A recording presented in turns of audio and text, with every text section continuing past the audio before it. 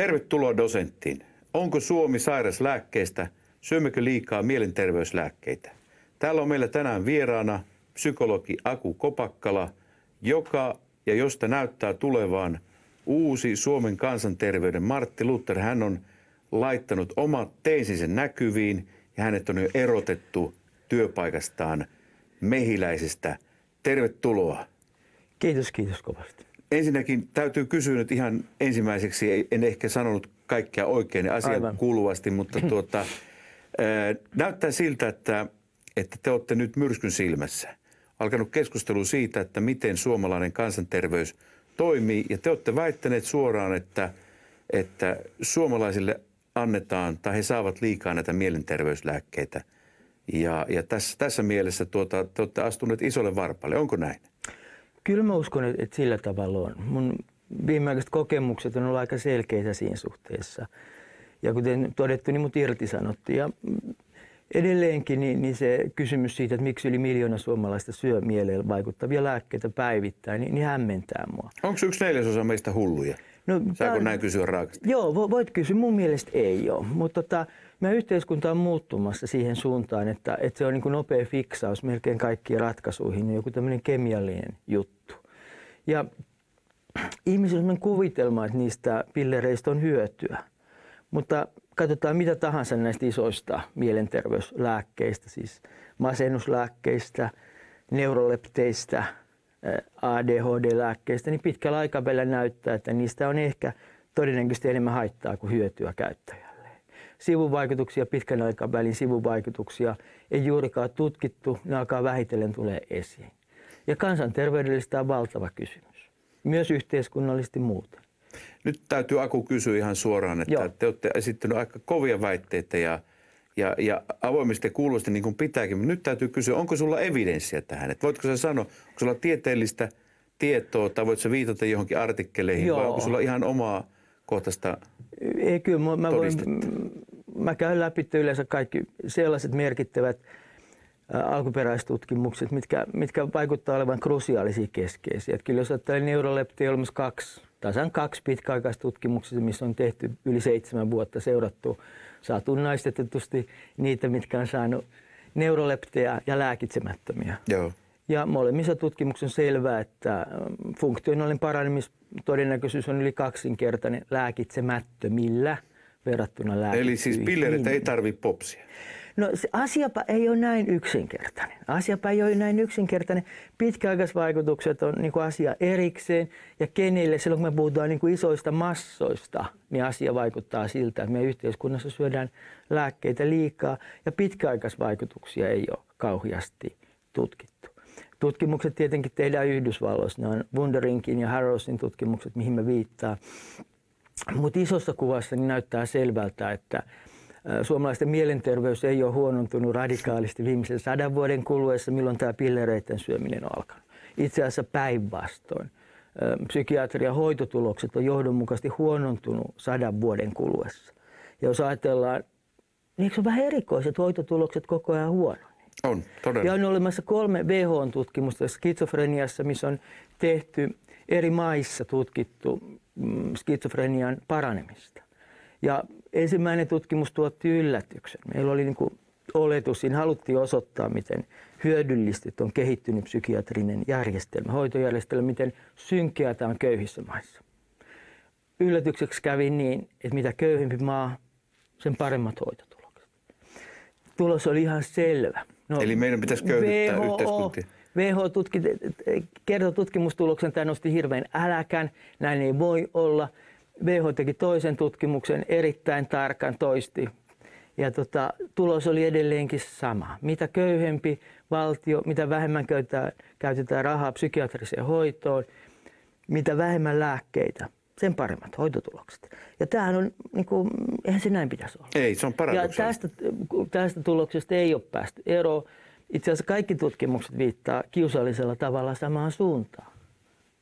Tämä on mun mielestä problemaattista. Eli onko se nyt näin, että pitäisikö meidän sitten luoda niin kuin köyhempi, huonompi yhteiskunta, että meillä olisi enemmän terveitä ihmisiä? Onko tämä yleinen hyvinvointi sitten syynä tähän ihmisten pahoinvointiin? Mä oikein usko.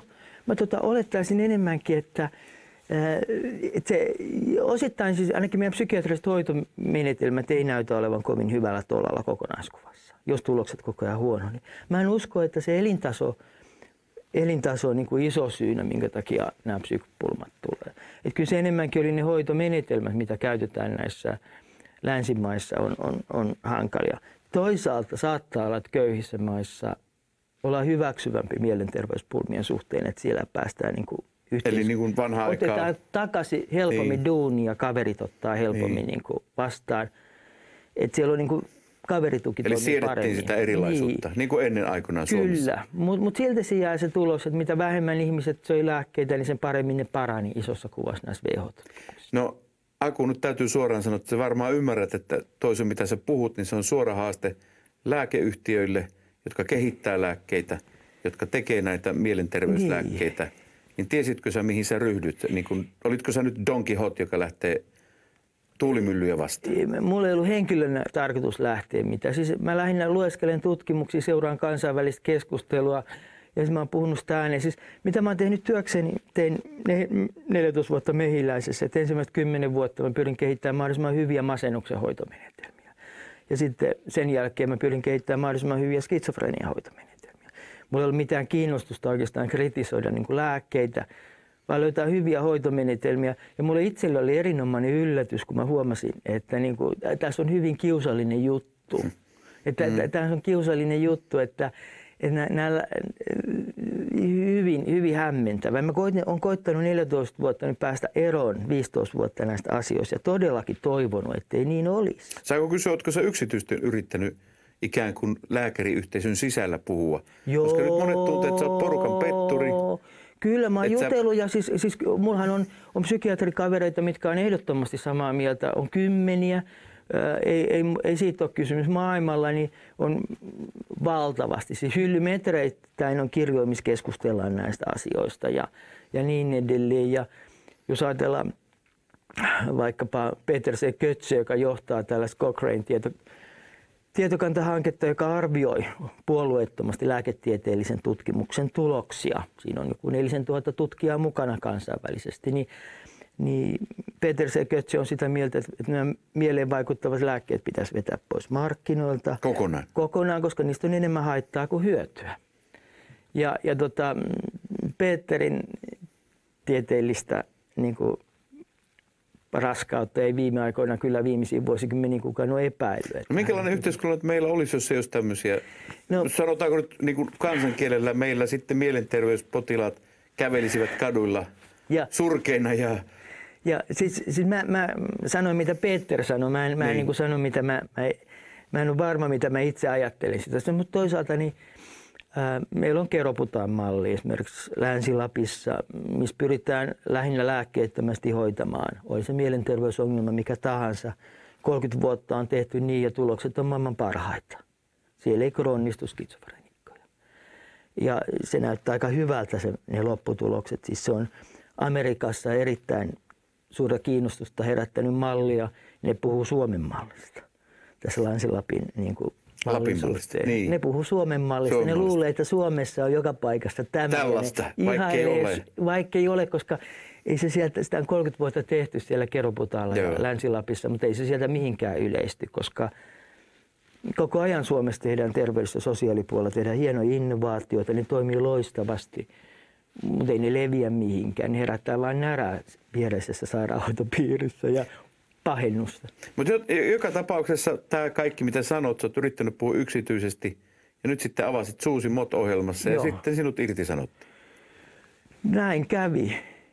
Aika hurja. Se on aika hurja, mutta kyllähän mä oon niin puhunut samoista asioista kutsuttuna lääkäripäivillä, psykiatripäivillä. Mä oon ollut monien lehtien kolumni, missä mä oon kirjoittanut samaan aikaan. Että oikeastaan se, mikä tässä onkin erilaista, että tämä ohjelma tuli parhaaseen katseluun. Kyllä, ja monta miljoonaa ihmistä näkee. Ihan saman tekevä, mitä mä puhun lääkäripäivillä. Kaiket, näin se on valitettava, että ei nämä lääkkeet nyt oikeastaan toimittaa paremmin.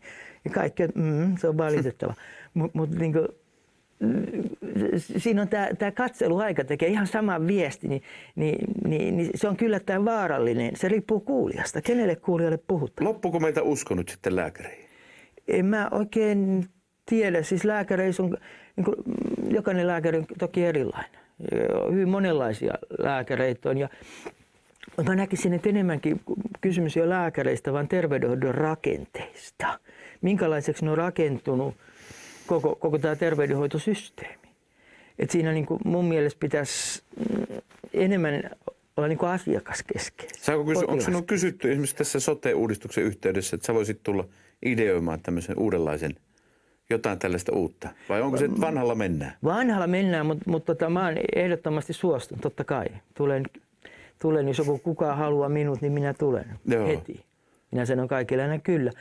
Mutta sen tulisi olla asiakaslähtöistä ja katsoa, niin kuin asiakkaalle pitäisi kertoa, minkälaisia hoitovaihtoehtoja ja sen hyvät ja huonot puolet. Onko se liian kallista? No sehän halvemmaksi tulee, jos oikeasti hoidettaisiin. Niin jos me hoidetaan esimerkiksi masennus oikeasti, niin siinä aluksi menisi aikaa jotakin tunteja enemmän, kun pitäisi tutustua siihen ihmiseen. Oikeasti, mikä silloin, kun voi olla esimerkiksi, että vaimo hakkaa kotona. Niin, nyt me annetaan miehelle lääkkeet, että se kestäisi. Eikä vilkulle kelloa, että nyt tämä loppu. Niin, ja silloin yleensä siinä aikaa 15 minuuttia sitä pitää päästä ihmisestä eroon. Joo, kyllä. Mutta jos me oikeasti kuultaisiin ja selvitettäisiin, mistä on kysymys, siinä voisi mennä aikaa, mutta sitten se ihminen saattaisi säästyä esimerkiksi eläköitymiseltä.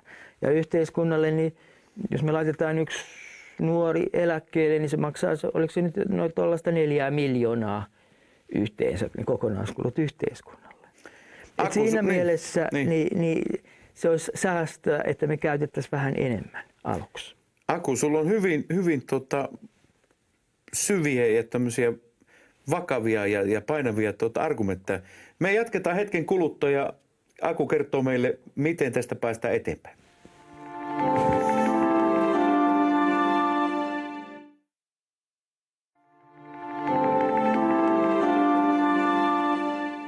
Tervetuloa Dosenttiin. Me jatkamme täällä Aku Kopakkalan kanssa siitä, minkä takia syömme liikaa lääkkeitä, mitä voisimme tälle asialle tehdä. Aku, kysymys on nyt ihan seuraava. Onko kyse nyt ihan henkilökohtaisesta asiasta? Oletko sä niin pelottava, että sut pitää saada pois? Vai onko tässä sun asia, mitä sä edustat, niin se on niin harhaoppinen, että se on yksinkertaisesti sut on nyt tuhottava sen takia? No, mä luulisin, että mä en ole hirveän pelottava. Mä oon siis hyvin ujo ja säysiä ihminen ja hirveän hyvä tapainen, enkä edes kiroile koskaan. Et siinä mielessä mä oon usein ollut niin kuin nolottanut, miten mä oon nynnyt. Et siinä mielessä tämä pelottavuus ei varmaan liity mun henkilöön. Mutta itsepäinen mä oon. Ja mä oon niin kuin hirveän itsepäinen ja siis mä oon ultrajuoksija. Mulla on 6 vuorokauden ratajuoksun Suomen ennätys 2 vuoden takaa. Wow, onneksi olkoon. Joo. Ja mä voin juosta 6 vuorokautta 400 metrin rataa. Että kyllä mä niin kuin sillä tavalla itsepäinen olen ja sitkeä. Eli tiedossa on tosi pitkä oikeusprosessi. Sä et anna periksi, sulla riittää rahaa. Mä en luovuta koskaan, koska mä oon silleen pienesti sitkeä, enkä mä kiihdykään, mä en koskaan lopeta. Mutta mä luulisin, että se asia siihen sun varsinaiseen kysymykseen, että tämä asia on silleen herkkä. Siis kaikki suuttuu, kun tästä puhuu. Potilaat suuttuu, lääkärit suuttuu, hoitajat suuttuu, kaikki suuttuu. Ja tämmöinen uhkaa niin kuin myös vähän meidän sitä maailmankuvaa. Meillä on sellainen kuva, että terveydenhoito haluaa hyvää ja niihin voi luottaa. Se on perusjuttu. Kyllä, antaa asiantuntijoiden päättää. Kyllä, tässä aikaisemmin asiassa oli pappeja, joihin luotettiin aikoinaan, uskomatonta sinänsä, mutta nyt sen on korvannut joku muu. Niin. Ja joku, kenen pitäisi ottaa vastuu meidän niin kuin elämästä. Nyt se on lääkärit. Kyllä. Ja jos nyt joku alkaa viemään sitä, että niihin ei voisi aina luottaa, että ne ei tekisi aina viisaasti ja edustaisi jotakin. Me mennään niin jotenkin niin herkkiin kysymyksiin, että kaikki suuttuu. Että sä pelkäät, että sulle käy niin kuin Galileo Galileille, että pakotetaan? Ei. Sä joudut jossain isossa kokouksessa sanomaan revoco, minä kiellän kaikki, mitä olen ennen sanonut. Ei. No mä oon silleen ovella, että mä verkostoidun niin kuin hyvin ihmisten kanssa. Et mulla on tällaisia alalla olevia psykiatreja, psykologikollegoita, kenen kanssa me niin kuin puuhataan samaa ja myös kansainvälisesti on niin kuin riittävän paljon. Et mä en usko, että niin kuin mun käy silleen niin kuin ton Galileen. Et enemmänkin mäkin olen mukana, että saadaan Suomeen tämmöisiä kansainvälisiä. Suomessa ollaan hirveän auktoriteettiuskoisia. Niin mä on mukana roudaamassa Suomeen näitä kansainvälisiä johtavia asiantuntijoita puhumaan julkisesti. Peter C. Kötze oli ja Robert Whittaker on ollut ja Irving Kirsch tulee nyt syksyllä ja tällaista, että tätä keskustelua saadaan ikään kuin tällaisten niin kuin vähän toisille, että se ei kohdistu minun henkilöön. Mutta tässä on myös nämä taloudelliset perusasiat. Lääketeollisuus pyörittää miljoonia. 50 viime vuoden aikana lääketeollisuus on ollut globaalisti kannattavin teollisuuden ala maailmassa. Ja tätä aika harva ihminen niin kuin ymmärtää, että kysymys ei ole niin kuin mafiat ja öljyteollisuus on aika pieni verrattuna lääketeollisuuden kannattavuuteen. Mutta kun heillä on erittäin tällainen jännittävä tapa olla yhteiskunnassa mukana, että he ei huuda sillä tavalla, että he tietää mitä kannattaa. Joo, niin totta kai siis, että osakeyhtiön tarkoituksena on tuottaa voittoa, lääketeollisuus on erittäin mahtava ja heillä on oma intressi olemassa. Ja näyttää siltä, onko mä väärässä, mutta että semmoista isoa lääketieteellistä läpimurtoa, niin kuin penisiliinin keksiminen, ei ole tapahtunut viime aikoina, joten lääketehtaiden intressinä on tuottaa tai siis tämmöisiä diagnooseja, on uusia sairauksia, johon sitten saadaan lumelääkkeitä tai jotain muuta. No, täällä kävi vähän aikaista Alan Francis, joka on siis psykiatrian professori, joka oli kehittämässä DSM-4 luokittelujärjestelmää USAssa, missä niin kuin kerrotaan, mitä psyykkisiä sairauksia on ja mistä ne tunnistetaan. Alan Francis oli tekemässä DSM-4 ja johti sitä. Hän oli oikeastaan maailman psykiatrien kasan päällä. No, Alan Francis sitten on tullut katuman päälle ja hän kävi Suomessakin, niin hän puhui siitä, että he lisäsivät sinne 3 diagnoosia silleen niin kuin ADHD:n ja lasten ja Aspergerin ja sitten tuon lasten bipolaarihäiriöt. Ja sen jälkeen tuli maailmassa epidemiat, valtavat epidemiat joka paikassa ja hän näkee, että nämä epidemiat niin kuin lähti liikkeelle siitä, kun he laittoivat ne diagnoosit sinne. Eli Asperger ei ole tauti, sitä ei kannata lääkitä? Semmoista mä en sanonut. Vaan? No sanotaan, että ainakaan niitä ei aikaisemmin nähty niin paljon, niitä ei diagnosoitu. Ja ADHD on tällainen kiinnostava juttu. Että jos katsotaan, että mikä ADHD on varsin yleinen ja Jenkkilässä kai, onko se nyt joka 6. poika jostakin ikäluokista saa ADHD-lääkityksen, ehkä useampikin on. Niin se korreloi aika lailla sen mukaan esimerkiksi, että mikä sun syntymäkuukausi on. No nyt mun täytyy kysyä tähän. Arvaa miksi. Niin. No, kerro. No miksi sä luulisit, että se korreloi sen? Jos sä oot syntynyt joulukuussa, niin on hyvin paljon suurempi todennäköisyys, että sulla on ADHD-diagnoosi kuin tammikuussa syntyneellä. Eli sä oot enemmän joululahjoja silloin. Mistä se johtuu? No se johtuu siitä, että silloin saat aina se loppuvuoden villipoika. Se menee suoraan kuukauden mukaan, on se korrelaatio lisääntyy, kuinka suuri todennäköisyys sulla on saada ADHD-diagnoosi. ADHD-diagnoosit lähtee yleensä koulusta.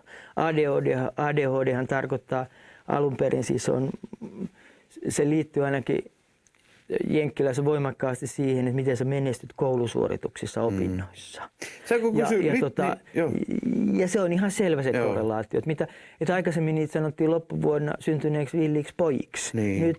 Nyt heillä on ADHD ja heillä on amfetamiinilääkitys, amfetamiinijohdannainen. Se on aika hurjaa. Että kyllä yhteiskunta on simmutunut. Mä en sano, että kaikki ADHD olisi tällaisia, mutta kyllä ne tutkimukset on kaikki ihan selviä, että loppuvuonna se on aivan hurjasti enemmän ADHD:tä loppuvuodesta syntyneet. Ja mä en usko horoskooppeihin sillä tavalla. Niin, ei. Että kyllä se on niinku ihan selvää, että se liittyy kouluihin, se liittyy siihen, että sä oot aina vähän kypsymättömämpi ihmisryhmässä kuin muut. Saako kysyä, entäs onko tässä korrelaatiota esimerkiksi suhteessa vanhempiin, esimerkiksi isättömyyteen tai tämmöiseen? Toki on näissä kaikissa on, ja huono-osaisuuteen. Niin köyhyyteen. Köyhyyteen, jos me ajatellaan jenkkilämän suomalaista yhteiskuntaa, niin on selvä se, että jos vanhemmista jompikumpi on työtön, niin on hyvin paljon suurempi todennäköisyys, että lapsilla on vakavaa masennusta. Ja taas jos me ajatellaan syrjäytyneitä nuoria, mikä tarkoittaa, että sä et ole koulussa eikä sulla ole työpaikkaa, matalasteinen koulutus, niin 60% heistä syö mieleen vaikuttavia lääkkeitä. 60% syrjäytyneistä syö niitä. Et syrjäytyneisyys on jotenkin, köyhyys on nykyään, mikä mun mielestä tulee tulojaon niin kuin epäoikeudenmukaisuudessa. Sitä ei koskaan laiteta diagnoosiksi. Köyhyys, ei. Mutta köyhyys on toivottomuutta tietysti. Sulla ei ole mitään, niin sä oot toivoton. Kyllä. Kun sä oot toivoton, niin sä ahdistat ympäristöä ja sut käsketään mennä lääkäriin. Ja sitten kun sä menet sinne ja sanot, että sä oot toivoton, niin sit lääkäri tuntee myös itsensä avuttomaksi ja jotakin pitää tehdä. Sitten hän muistaa masennus. Antaa masennuslääkkeen sulle ja ei aikaakaan, niin sit sä menet masennuslääkkeen kanssa ja jossakin vaiheessa päädyt sitten eläkkeelle mielenterveyskuntoutujana. Mutta tällä tavalla yhteiskunnallisen tulonjaon valinnat on muuttunut. Me niin kuin yksilöidään ne ja tehdään ne niin kuin yksilön kemiallisiksi pulmiksi. Mun mielestä tämä ei ole niin kuin oikein niitä nuoria kohti. Mun mielestä tämä on niin kuin tietyssä mielessä niin kuin ihan väärin. Aika pelottavaa, mitä sanot. Ja sitten tähän niin kuin joku skifi-elokuva. Kun mä olin pieni, niin koska mä luin skifejä, missä niin peloteltiin, että kaikki alkaa syömään jotakin lääkkeitä ja sitten ne menee täällä ihan tööt ja ihmiset, niille voidaan yhteiskunnassa tehdä mitä tahansa, kun ne on niin kuin lääkitty töötä. Varmaan säkin luit lapsena niitä, pidit niitä ihan uskomattomana, että tuommoista ei Suomessa koskaan tapahtuisi. Uusi maailma. Niin. Ja siellä me ollaan siinä nyt, mutta kun se tulee vähitellen ja kaikki on vielä niin kuin iloisia, tai en tiedä onko iloisia, mutta kun se tulee päivä toisensa jälkeen, niin siinä me ollaan. Elämään kuuluu kärsimys. Elämään kuuluu monenlaisia asioita, tai kuuluu aikaisemmin. Uhmaikää, murrosikää ja kärsimystä, duskaa ja kuolemaa ja ahdistusta. Kaikki kuuluu siihen. No kuuluu, mun mielestä kuuluu. Joo. Niin kuin kaikenlaista. Ja se pitää käsitellä pois. No mun mielestä pitää elää läpi. Elää läpi. Niin. Tämä on aika jännä. Se just puhut tuosta amfetamiinijohdannaista, siis speediä lapsille, niin sitten lähtee paha mieli pois. Ja kyllähän ne sitten, kun ne sitä ikänsä syö, niin kyllähän ne aikuisenakin nyt lopeta. Niin ne haluaa sitä, ja se tulee hirveä riippuvuus siitä. No niin, totta kai siis, että siitä Jenkkilässä me olemme jo siinä, että se on osa työelämää on se, että sillä tavalla jaksetaan ja työnantajat pitää sitä ihan jees-juttuna, koska työntekijät jaksaa tehdä enemmän tunteja. Jaksaa enemmän töitä ja valita, niille voi maksaa vähemmän palkkaa. Kyllä, me olemme ihan tässä. Tämä on kuule hurjaa. No miten nyt, jos uusi ja mä hallitus... ihmettelen, että kukaan ei niin vedä hätäjarruja. Ihmettelen, että mistä me tultiin. Esimerkiksi masennus 80-luvulla, 70-luvun puolivälissä vielä virallisesti masennus oli harvinainen tauti, joka onneksi ei uusiudu. Ja sen jälkeen masennuksesta tullut kansansairaus, mikä koko maailmassa on niin kuin isoin tämmöinen niin kuin taakka. Niin miksei kukaan niin kuin vedä hätäjarruja ja ihmettele, että mitä kummaa, mistä se on tullut? Ufoista vai huono ruoka vai mitä? Mikä se juttu on? Niin. No nyt täytyy ihan kysyä. Nyt kuvitellaan tällainen hypoteettinen tilanne. Ja täällä Alfa TV:ssä on kaikki mahdollista, että meillä löytyy suuri taikasauva ja sanotaan Sipiridium lentius ja susta tulee nyt Suomen hallituspäättäjä, susta tulee Suomen arkkiatri. Okei. Ja sä pääset lääkärikunnan, psykologikunnan vanhimpana. No niin. Onko teillä muuten psykologikunnassa joku? Valitettavasti meillä ei ole, mutta No tämmöinen, okei. Ei vastaavaa ole, ei. Okei, eli arkkipsykologi. Okei, jos susta tulee tällainen. Arkkipsykologi, joo. No joo. Niin miten sä teet sitten? Sanotko sä, että nyt mielenterveyslääkkeet, niitä annetaan 1,000 ja lopuille vaan kuunnellaan ihmisiä, hankitaan kuuntelemaan?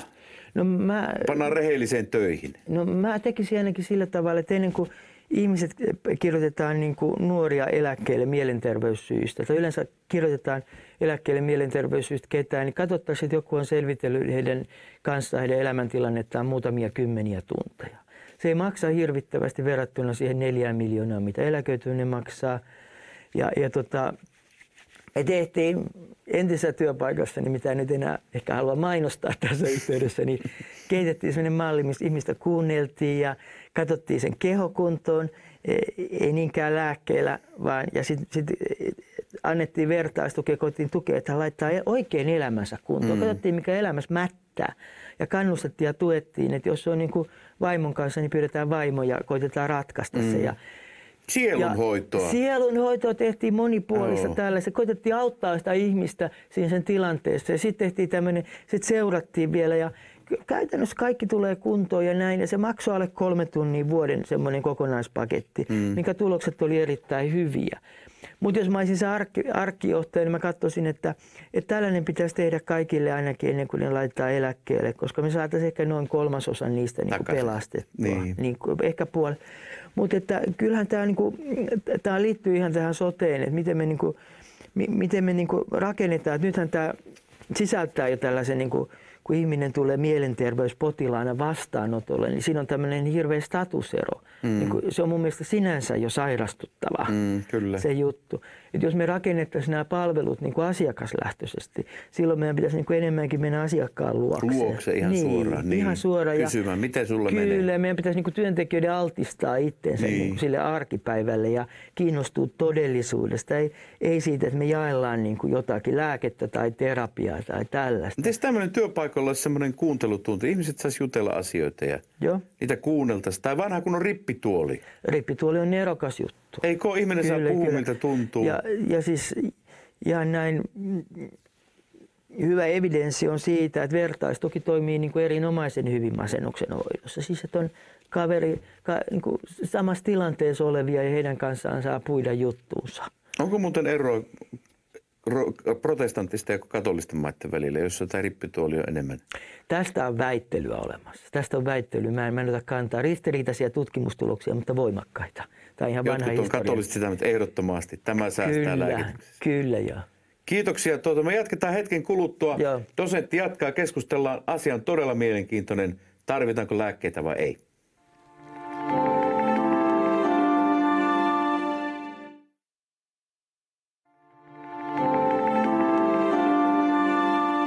Tervetuloa Dosenttiin. Meillä on täällä psykologi Aku Kopakkala puhumassa todella vakavista asioista.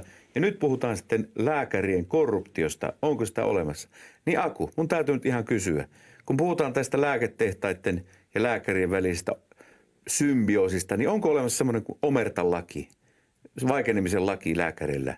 Ei voi puhua pahaa lääketehtaista tai esittää vääriä käsityksiä. Oletko sä nyt rikkonut sellainen? Onko sinusta tullut lainsuojaton? No ensiksikin minulla on kiinnostava asema, kun mä en ole lääkäri, mä oon psykologi. Mutta kyllä tähän sanotaan, että hyvin selkeä keskinäinen lojaliteetti tuossa lääkärikunnassa on. Ja aika lailla tämä lääketeollisuus tulee siihen mukaan jo ensimmäisten lääkäreiden opiskeluvuosien aikana. Ilmaiset bileet. Muistan, olen käynyt siellä. Kyllä, kaikenlaista tällaista. Ja sitten taas on runsaasti lääkäreitä, ketkä on lähtenyt esittämään eriäviä mielipiteitä ja he joutuu aika nopeasti marginaaliin. Joo, ja sitten ei ole mainstreamissa. Niin, he on Antti Heikkilöitä ja niin edelleen. Joo. Antti Heikkilälle terveisiä, vaan niin kuin rohkeita. Mutta helposti sitten, kun sä oot siellä marginaalissa, niin sä alat huutelemaan vähän niin kuin kovallakin äänellä ja sitten sulle huudellaan takaisin ja sitten sä oot niin kuin siellä. Niin, ei keskustella enää. Ei, ja tällaisia siis on paljon. Näin se yleensä maailmalla käy, että se mainstream, se ydinporukka pitää se. Se on aika jännä, mutta hirveän moni niin kuin psykiatri, suuri osa psykiatreista ajattelee aika lailla, tietää ihan samat asiat kuin minäkin, että ei siinä mitään sen kummallisempaa, mutta he ei niin kuin tule julkisesti sanomaan sitä juuri tämän takia, että kollegat voi pahoittaa mielensä ja ristiriitoja. Onko se tämmöinen henkinen insesti, tämmöinen asia, mistä ei voi puhua? Nyt lääkärit on vaan traumatisoitunut. Ne on syöttöporsaita nyt tässä. No, joo, se on syntynyt vähitellen. Psykiatria on erikoinen siinä suhteessa. Psykiatria on perinteisesti ollut statukselta alempi kuin muut lääketieteen alat. Ja tämä on semmoinen iso kysymys, mitä ratkaisemaan lähti aikoinaan tämä Amerikan psykiatriyhdistys. Tämä on ollut sama kaikissa maissa. Ja taustalla on psykoanalyysi oli vallassa ja se oli kaikki, mitä oli. Ja sitten oli erilaisia aivosahausmenetelmiä, lobotomioita. Joo, muistin. Ja sitten tämä apautti ihan tehtäväksi Amerikan psykiatriyhdistys niin kuin nostaa sitä statusta. Ja sitten yhtä aikaa alkoi tuli penisiliinit ja sitten sitä kautta tuli tällainen kanava, mihin niin kuin lääkkeet, apteekkijärjestelmä, lääkejakelukanavat, lääketeollisuus. Ja silloin psykiatria sai sen sitten nämä yhdistyi nämä kaksi. Aivan. Sitten tästä tuli tällainen, että sinne tuli suuret pääomat, sinne tuli statukset. Se nousi se status siitä, kun pystyi ottaa lääkettä. Kyllä, ja sitten psykiatrista haluttiin samanlainen osa lääketiedettä, missä on diagnoosi ja lääke. Kyllä. Diagnoosi ja lääke. Ja se rakennettiin siihen ihan suunnitelmallisesti. Ja tästä on paljon tutkimuksia. Nyt ihan muutama viikko sitten Howardissa on tällainen niin kuin rakenteellisen korruption tutkimusinstituutti, niin on aikaisemmin tutkinut Amerikan kongressissa ja nyt ne on tutkinut psykiatriassa tätä rakenteellista korruptiota, ihan tätä ilmiötä, mistä puhutaan. Ja heidän mielestään se Whitaker Cosgrove on kirjoittanut. Heidän mielestään he päätyy siihen, että se aloitteellinen on ollut tämä psykiatrien ammattikunnan välinen kiltasysteemi, on ollut se keskeinen, mihin sitten on tämä lääketeollisuus on sitten miljardeja alkanut laittamaan ja sitten tästä on tullut tällainen. Nyt täytyy kysyä suora kysymys. Onko se niin kuin Fifassa, että iso raha tulee kirjekuorissa tai jossakin sveitsiläisissä tileissä, menee iso raha sinne ja tänne, josta sitten pienemmät saa pienempiä rahoja. Oletko sä saanut korruptiota? Oletko sä viety etelän matkalle? Ei, siis ei tai yritetty viedä? Mä luulisin, että suomalaisessa yhteiskunnassa niin korruptio yleensäkään ei ole tuon näköistä. Mä aikaisemmin ollut kauan aikaa sitten Espoon kunnallispolitiikassa ja että korruptio on niin kuin 80-luvulla. Minkälaista siellä se on? No, ollaan kavereita, niin kun ollaan riittävän kauan kavereita, niin sitten sulla on niinku kavereita, se tuottaa hyvää sulle elämässä, kun on hyviä kavereita. Kyllä. Ei se on niinku, mä tiedän, että jossakin vaiheessa siellä on ollut kirjekuoriakin, mutta yleensä suomalaisessa yhteiskunnassa ei se mene noin, vaan että kun te olette kavereita keskenään, niin ne muistaa.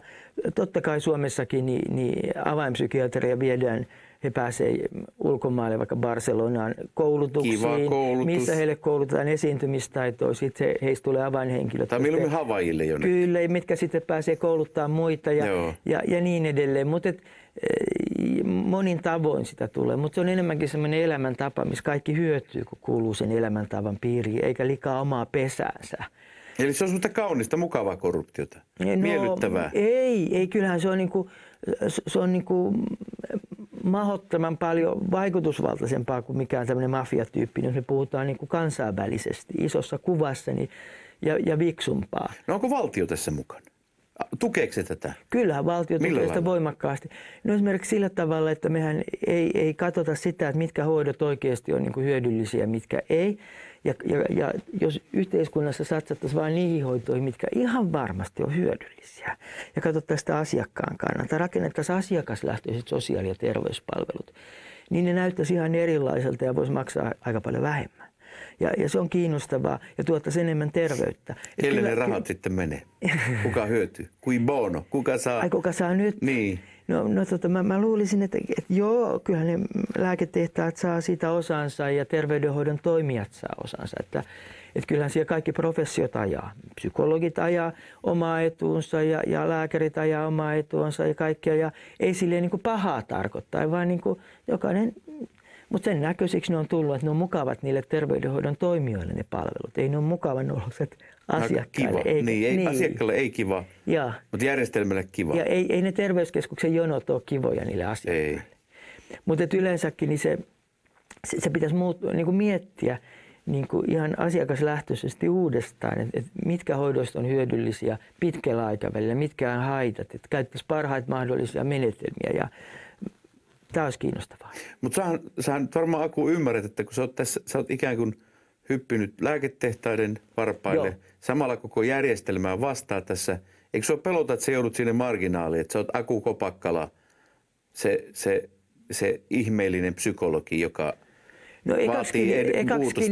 Niin kun oikeasti, kun mä puhun, niin mä yleensä vaan lainaan muita ja sitten mä viittaan tutkimuksiin. Niin. Että mä en puhu koskaan mitään, mistä niin tutkimus... Sä et ole tätä mieltä? Niin, mä voin oikeastaan, mä aina mielessäni katson, että mihin tutkimusevidenssi viittaa ja kerron sen. Mä oon siis hirveän tämmöinen niin näyttöön perustava. Mä oon siis evidence-based-fanaatikko naivilla tavalla. Ja mä oon hirveän hämmästynyt, että nämä ei ole rakentunut evidence-based, nämä jutut. Niin kuin sote-jutut, ei ole asiakaslähteisiä eikä evidence-based. Se mua niin kuin hämmentää. Mä oon niin kuin siinä suhteessa naivi. Mun mielestä niitä kannattaisi olla. Ja tämä pulmana on mun mielestä aika lailla se, että niin kuin syy on poliitikkoja. Poliitikot jättää tämän auktoriteeteille ja asiantuntijoille, jotka ajaa sen oman pienen sektorinsa etuja. Ei pahaa tarkoittaa, mutta sitä ne näkee sen oman sektorinsa ja sitä ne niin kuin ajaa sitä sektoria eteenpäin. Ja poliitikot jättää ne niille ja arvatkaa, onko meillä kalliit sote-palvelut sen jälkeen. Tämä on oikeasti iso rahan kysymys. Nyt täytyy kysyä, että varmaan tiedät, Neuvostoliitossa toisen ajattelijoiden kanssahan oli siis normaali proseduuri, että oli tämmöinen profylaktiivinen keskustelu, Just. jossa KGB:n polnomochy operativni agent kävi keskustelemassa miellyttävästi niin kuin tässä. Sinun ei ehkä kannattaisi jatkaa tätä toimintaasi. Onko sulle tullut tämmöinen niin sanottu ystävällinen keskustelu kahvikupin kanssa? No kyllä no sanotaan, että monet tällaiset alan auktoriteetit ovat ilmaisseet paheksuntaa. Se ei oikeastaan ei yksityisesti. No yksityisestikin. Puhumalla järkeä. Aku, älä tee näin. No joo, on näitäkin ollut. Siis sellaisia, ketkä pitää itsensä minun ystäväni ja on minun ystävieni, ketkä on terveydenhoidon auktoriteetteja. He ovat tulleet tätä minun kanssani juttelemaan. Kyllä näitä on ollut, on se totta. Sitten toinen on tällaisia, jotka sitten kirjoittelee tai sitten niin kuin ampuu silleen kyllä. Kyllä ei näitä kukaan tuntematon tohtori Virtanen ole tullut juttelemaan mukavasti, että nyt Aku lopeta. Se on viimeinen varoitus. Ei oikeastaan tätä mafiatyyppistä hahmoa ei ole tullut. Joo. Nyt täytyy vielä sitten lähteä siitä, että miten kun sä oot tässä näin kovasti lähdet tätä väittämään, niin miten ootko sä ajatellut, että jos nämä sun ajatukset menee läpi oikeasti tässä näin, niin sä saat myös paljon vihollisia siitä. Niin siis ensiksikin niin jotkut ihmiset, yhteiskunta on sellainen, että ihmiset kostaa joo, sitten. Siis ensiksikin niin mähän, kuten jo sanoin, niin nämä ajatukset ei ole hirveästi, mulla on vähän ihan omia ajatuksia. Nämä kaikki on yleensä kansainvälistä keskusteluja alan isojen auktoriteettien ja tutkimus. Mutta on ihan selvää, että monet mulle suuttuu, mutta ei sitä elämäänsä voi sillä tavalla pelätä, pelkäämällä mennä, että jos joku suuttuu. Siis tärkeintä on elää elämänsä silleen, että sä voit olla niin kuin vilpitön ja rehellinen ja että vain eläisi elämääni, vaan myös loisin sitä. Se on se juttu, että mä täytän niin kuin sen tehtäväni, mikä mulla on. Ja mä koen nyt vähän silleen, että mulla on annettu tehtäviä tässä elämässä. Niin kuin, mä en ole niitä kaivannut, mutta ne on tullut vähän niin kuin sille entiselle pääministerille faksilaulo, niin yllättäen ja tahtomatta, odottamatta, niin mulla on vähän samalla tavalla tullut nyt mullekin näitä. Koet sä, että sulla on tehtävä nyt? Missio? Säkin pyysit mut tänne. Kyllä niin. Se niin kuin käy sillä tavalla, että musta tuntuu, että yhteiskunta niin kuin, tavallaan käyttää mua hyväkseen, kun kukaan muu ei sano tällaisia. Ja nythän on se jännä, että mulla on näitä lääkärikollegoita kovasti, jotka ajattelee samaa mieltä ja näin, mutta jotenkin niin ei niitä pyydetä mihinkään, ehkä ne ei sanoiskaan asioita näin tälleen niin kuin päläpäätyyliin. Niin. Ne ajattelisivat, että pitää ajatella tulevaisuutta. Niin ne sille tekisi. No, no miten sitten mennään ihan tähän oikeusjuttuun nyt sitten, että sä oot saanut nyt, tai sä olet haastanut oikeuteen Mehiläisen, joo. Ja nyt tilanne on se, että vastinetta on annettu ja odotetaan käsittelyä. Tämä on se tilanne, joo. Joo. Miten sä luulet, miten tämmöisessä tilanteessa Daavid vastaan Goljat, niin miten Daavidille käy nyt? No kuten tiedät, niin Daavid voitti. Niin, mutta silloin oli se linko. Missä on sun linko? Mä en ehkä voi paljastaa, koska ei koskaan tiedä, kuka tämän katsoo. Ne ei voi kuunnella sitä. Ne voi katsoa tätä, mutta kyllä mä luulen, että siinä käy erinomaisen hyvin. Mä oon herännyt myös sananvapaudelle, niin kuin ajatteluun ilmaisunvapaudelle tämän asian tiimoilta. Että mun mielestä on raivostuttavaa, että joku koittaa niin kuin ajatella, että mä en saisi sanoa, mikä on totta. Ja se, että niin kuin tieteellisiä tutkimuksista ei saisi kertoa ihmisille ja että potilaille syötetään niin kuin lääkkeitä ja ei saa kertoa, miten ne vaikuttaa heihin ja sivuvaikutuksia, koska sitten ne ei välttämättä söisi niitä. Se tuntuu mielestäni aika kauhistuttavalta. Että jos on sillä tavalla, kun jotkut on ajatellut, vaikkapa, no joo, monet, jos on sillä tavalla, kun Kötse ajattelee, joka on nyt tieteellisen kasan päällä istuu, että näistä on enemmän haittaa kuin hyötyä. Ja näitä annetaan niin kuin monille ihmisille silleen, ne syö vuosikymmenen tätä. Niin se suurin piirtein voi näkyä historiassa tulevaisuudessa niin kuin rikoksena ihmisyyttä vastaan tai jotain sellaista. Eli joutuu Haagiin tästä, jos tätä jatkaa. Ei tiedä, löytääkö Haagi, mutta mä ymmärrän, että ei ne näytä siinä tilanteessa niin omituisesti. Niin. Lobotomia näytti kaikista ihan jees, niin, kun sitä aikana. tehtiin. Se oli hyvä juttu, joo. Ja kaikenlaista tehdään eri aikoina. Mutta sitten myöhemmin se näyttää erikoiselta. Ja mä haluan olla varovainen, että mä en ole mukana sellaisessa, mitä mä oikeastaan en haluaisi. Vaan sen takia, että kaikki muuttuu, niin se näyttää tavalliselta. Kiitos Aku Kopakkala. Paljon kiitoksia itsellesi. Kiitos. Dosentti jatkaa tästä ja muista vaikeista asioista vielä tulevaisuudessa.